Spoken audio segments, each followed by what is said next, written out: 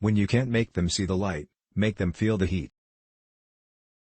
Peace is not absence of conflict, it is the ability to handle conflict by peaceful means. Coercion, after all, merely captures man. Freedom captivates him. Above all, we must realize that no arsenal, or no weapon in the arsenals of the world, is so formidable as the will and moral courage of free men and women. It is a weapon our adversaries in today's world do not have. We must reject the idea that every time a law is broken, society is guilty rather than the lawbreaker. It is time to restore the American precept that each individual is accountable for his actions. Freedom is never more than one generation away from extinction. We didn't pass it to our children in the bloodstream. It must be fought for, protected, and handed on for them to do the same. The struggle now going on for the world will never be decided by bombs or rockets, by armies or military might. The real crisis we face today is a spiritual one. At root, it is a test of moral will and faith. One of the traditional methods of imposing statism or socialism on a people has been by way of medicine. It's very easy to disguise a medical program as a humanitarian project. You and I have a rendezvous with destiny.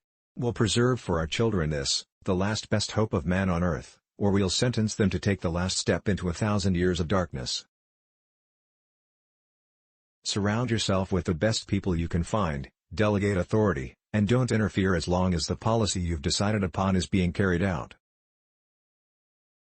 My philosophy of life is that if we make up our mind what we are going to make of our lives, then work hard toward that goal, we never lose. Somehow we win out. Thomas Jefferson once said, "We should never judge a president by his age, only by his works." And ever since he told me that, I stopped worrying.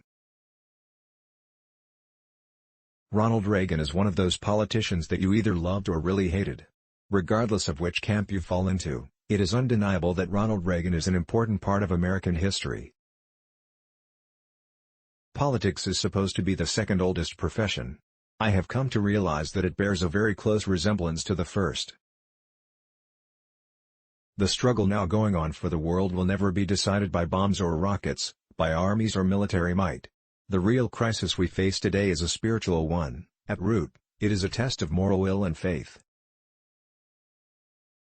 The Democrats in the legislature agreed with us that welfare costs were headed for the stratosphere but claimed the solution was a huge tax increase, in other words, to keep pouring more money into a bucket that was full of holes. Freedom must be fought for, protected, and handed on for them to do the same, or one day we will spend our sunset years telling our children and our children's children what it was once like in the United States where men were free. Freedom is not just the birthright of the few, it is the God-given right of all his children, in every country. It won't come by conquest. It will come, because freedom is right and freedom works. It will come, because cooperation and goodwill among free people will carry the day. I don't think we'll solve the problem of the deficit until three things happen. We need more discipline on spending in Congress. We need a constitutional amendment requiring Congress to balance the budget. And we need to give our presidents a line item veto.